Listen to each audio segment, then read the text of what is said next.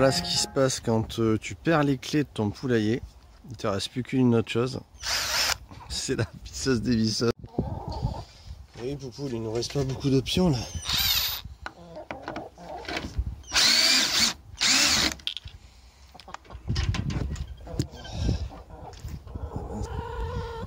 Allez, viens ma Poupoule. Viens faire un tour. Ça va t'aérer. Puis on va creuser un petit trou. Hein, on va planter un arbre, qu'est-ce que t'en penses? Ça va Poupoule? Alors, la première chose qu'elle fait quand elle sort, c'est manger beaucoup d'herbe. Tu vois, le petit cri qu'elle fait, c'est qu'elle est super contente. Alors ça dure pas longtemps, à peu près 10 minutes d'herbe. Et après elle se met à attaquer à chercher les vers de terre. C'est son programme. Alors là on a un petit olivier. Alors j'en ai planté plusieurs. Malheureusement ils sont trop mélangés parmi ces grosses pousses. Et il y a quelque chose que je me suis aperçu, c'est que ils ont 6 ans et ils sont pas très grands. Ils auraient dû pousser bien plus. Et je me suis aperçu en enlevant un, on aurait dit un Québécois, en enlevant un, c'est qu'en fait, il y a une erreur qui est assez importante. Vous allez voir pourquoi ils n'ont pas poussé. Il y a quelque chose qui a été fait qui est immonde. Je vais vous montrer ça tout de suite. Je vais essayer de le déterrer ensemble là, pendant la vidéo pour vous montrer quelle est cette erreur qui est vraiment atroce. On fait pas ça aux plantes quoi.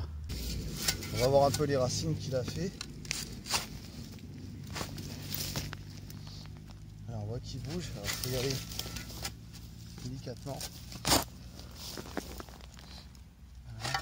On va faire un petit tour. Voilà.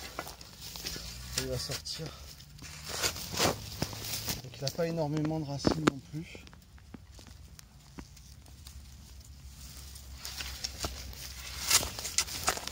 Quand je me suis aperçu de ce qu'ils avaient fait sur ces oliviers, je me suis dit c'est pas possible d'être aussi con. Alors c'est des oliviers que j'ai achetés et je m'étais rendu compte que ça venait en provenance de l'Espagne. Et malheureusement, vous allez voir qu'est-ce qu'il y a, qu'est-ce qui va pas. Alors ça tu le vois pas en fait, c'est-à-dire que quand tu plantes ton olivier, ça sent trop bon hein, l'odeur. Vous pouvez pas, on peut pas s'apercevoir. Je regarde si on voit bien. Je vais mettre ça là comme ça.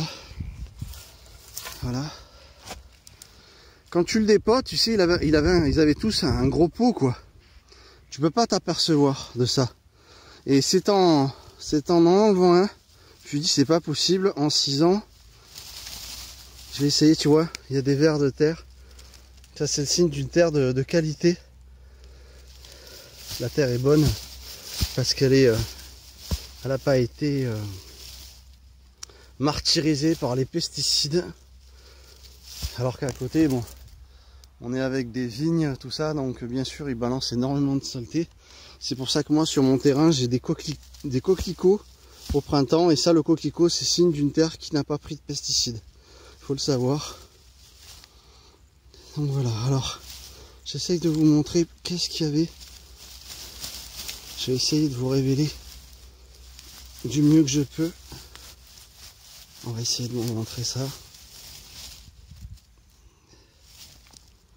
Voilà, je vais l'amener là-bas. Je vais vous montrer plus en détail. Voilà, lui c'est pareil. Tu peux t'apercevoir qu'en 6 ans il a vraiment pas poussé.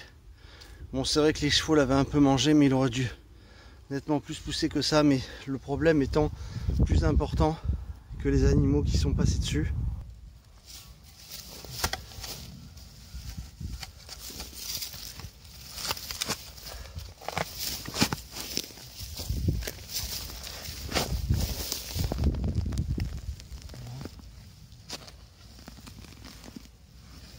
Pas beaucoup de racines.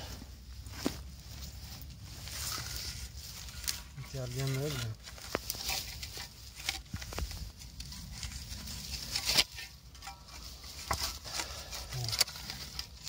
Alors j'ai dans le projet en fait de complètement nettoyer cette zone, parce que là j'ai plein d'arbustes qui ont poussé et qui commencent à trop se développer.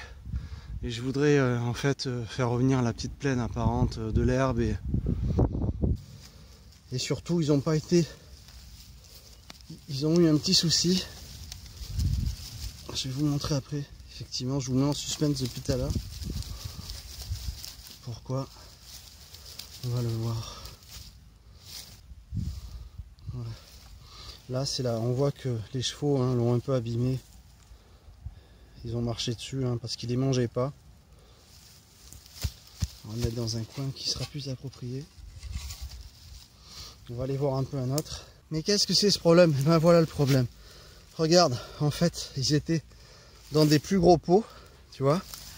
Donc tu te doutes pas parce que la terre, tu le dépotes et tu le mets en terre. Et qu'est-ce que je me suis aperçu en voyant qu'ils grandissaient pas? Alors, regardez, ils ont les premiers pots. Ils n'ont pas enlevé les premiers pots. Est-ce que c'est pas horrible de faire ça à une plante?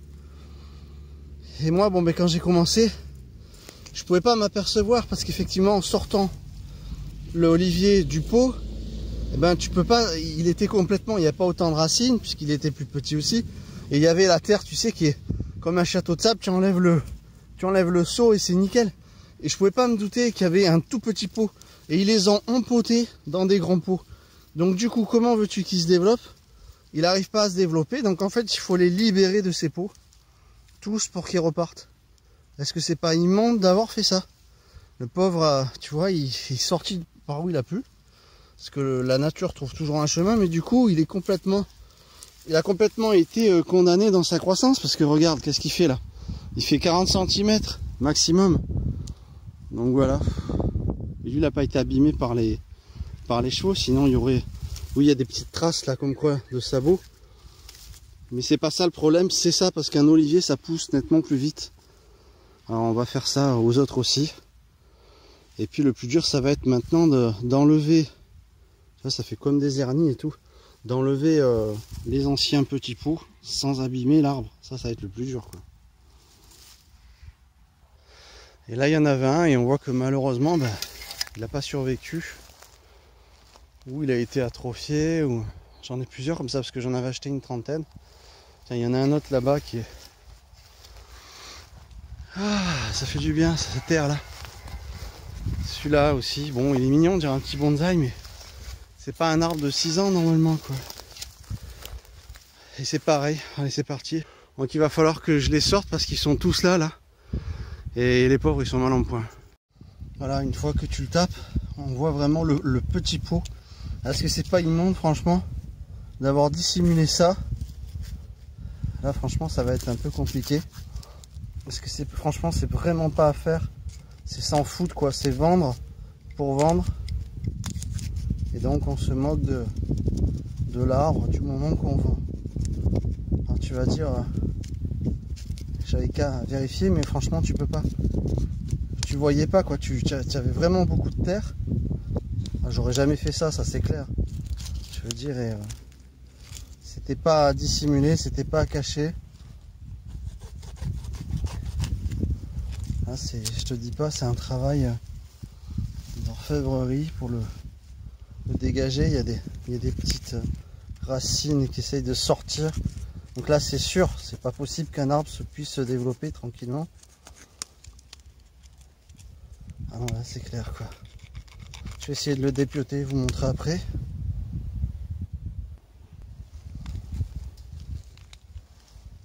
Voilà, j'y suis presque là.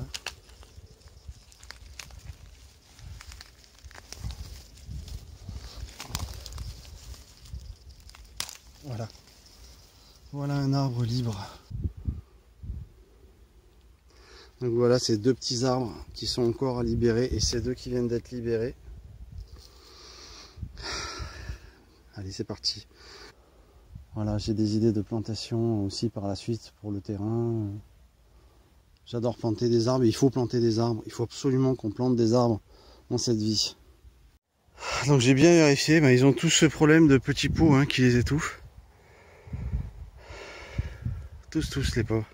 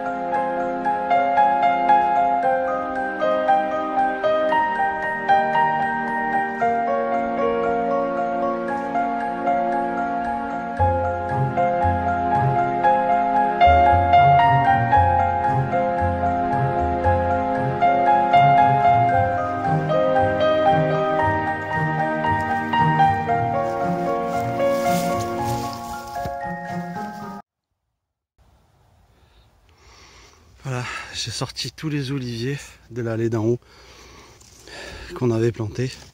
Et malheureusement qu'on n'avait pas vu. Parce qu'ils s'étaient encore une fois cachés par la terre en dépotant. Donc là, on va leur enlever absolument tout. Parce que là, tu vois, on voit que c'est vraiment serti et que ça empêche le développement de l'arbre. Voilà pourquoi en 6 ans, ils n'ont pas tant grandi que ça. Alors comment veux-tu faire? Regarde-moi cette entrave quoi. Ils sont tous entravés par ces pots. Je vais tous les nettoyer, ça prend énormément de temps pour pas les abîmer. Mais ça vaut la peine. Sauvons la planète et plantons des arbres. Alors ce qu'il y a de formidable, c'est qu'on a vraiment la sensation de se libérer soi-même en libérant l'arbre. T'as vraiment, enfin moi c'est vraiment ce que je ressens. C'est comme si tu sentais en fait que il te disait merci et sa sensation d'être libre, tu la ressens. Je sais pas comment t'expliquer. Tu vas trouver ça bizarre bien sûr, mais faire ça, je te jure, c'est hyper déstressant. C'est comme si on ressentait finalement ce que l'arbre pourrait ressentir, quoi. Je pense que finalement c'est peut-être pas si étrange.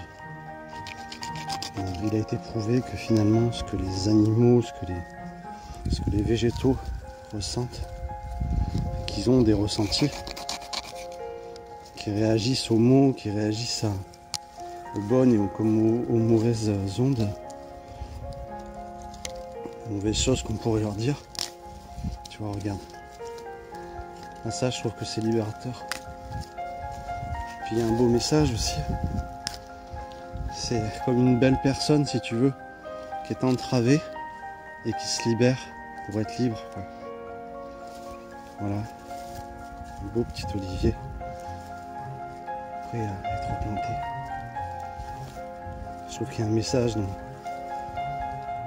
ce moment-là que je suis en train de faire. Il y a vraiment des messages que la nature nous délivre. Si tu regardes par exemple celui-là, qui s'est quand même assez débrouillé à pousser malgré tout, mais il est quand même très très entravé. Et tu t'aperçois qu'en fait, si tu veux, c'est comme l'homme qui rejette les entraves et qui voudrait retrouver sa liberté. Étonnamment, c'est comme une peinture qui va décrire quelque chose. Lui, il décrit qu'il veut se libérer, mais qu'il y est presque. C'est comme la plupart des gens qui voudraient se libérer de quelque chose qui les gêne et qu'ils n'y arrivent pas. Et finalement,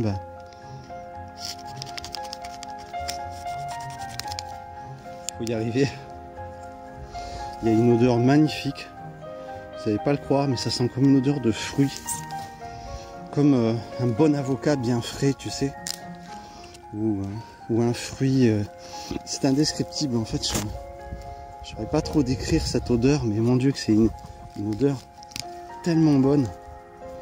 C'est tellement agréable même le toucher de la terre comme ça.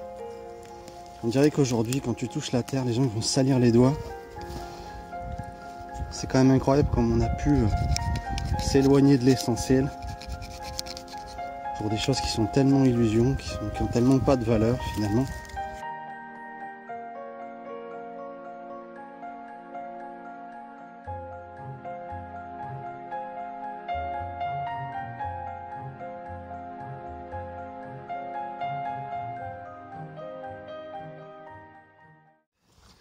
Là, on a la preuve vraiment que le plastique se décompose pas, quoi, parce que si tu regardes bien, déjà 6 ans, la poupoule qui se régale.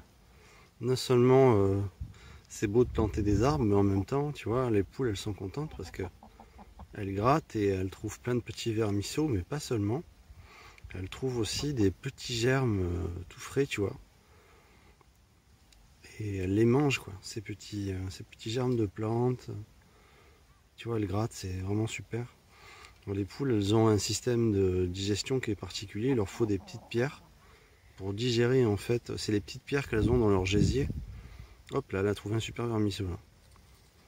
Qui fait que, en fait, ça fait office d'estomac. C'est des petites pierres qui broient ce qu'elles mangent. Donc tu vois, quand tu creuses comme ça pour planter des arbres, tu fais le bonheur des petites poules. Voilà, elle a trouvé encore un petit truc, une petite bestiole. Une petite bien crémeuse, comme dans le Roi Lion. Hop, petit vermisseau. Moi, ça me fait délirer, vraiment. Tu vois, tu passes du temps comme ça dans la nature. Là, j'ai un petit amandie de princesse qui est juste derrière la poule, qui a été pas mal mâchouillé par les chevaux aussi. C'est pour ça que là, je ferai pas trop revenir des chevaux sur le terrain, parce que j'ai envie que les arbres prennent bien, quoi. Hein, c'est pas incroyable, hein. Tu vois, tu passes du temps comme ça avec une petite poule, je te garantis que tu déstresses, tu vois. Tu te sens bien. Surtout dans un cadre comme ça.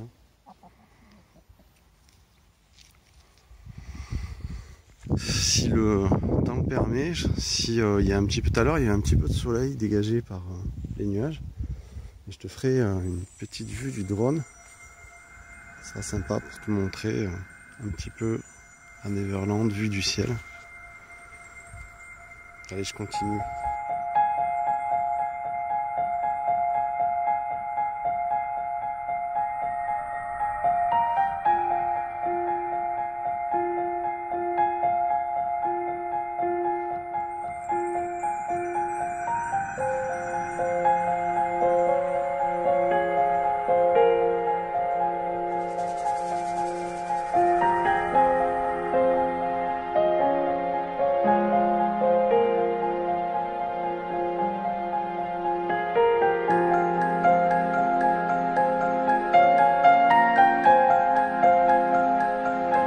Comme c'est beau.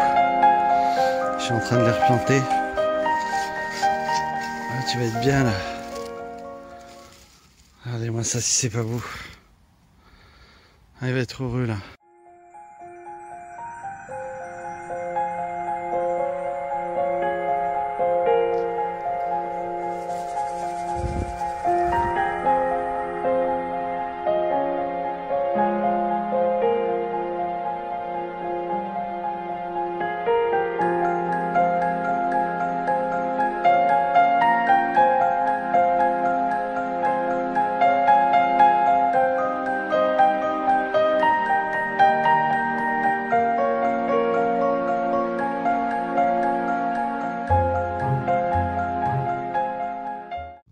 Alors là, on a deux passages de sangliers. Le premier, il est là. Tu vois la forme, hein, il passe toujours par là. Il traverse en fait, tout simplement. Et parce qu'en fait, là, il y a un point d'eau. On le voit au Canis. Il y a toujours de l'eau là. C'est comme une source en fait. Et bon, là, il y a les herbes et tout. Mais c'est impressionnant quand tu écartes les herbes. C'est vraiment une petite mare d'eau. C'est une petite source phréatique qui remonte en fait. Et donc, ils viennent boire. Ils passent souvent par là. Là aussi, si tu regardes.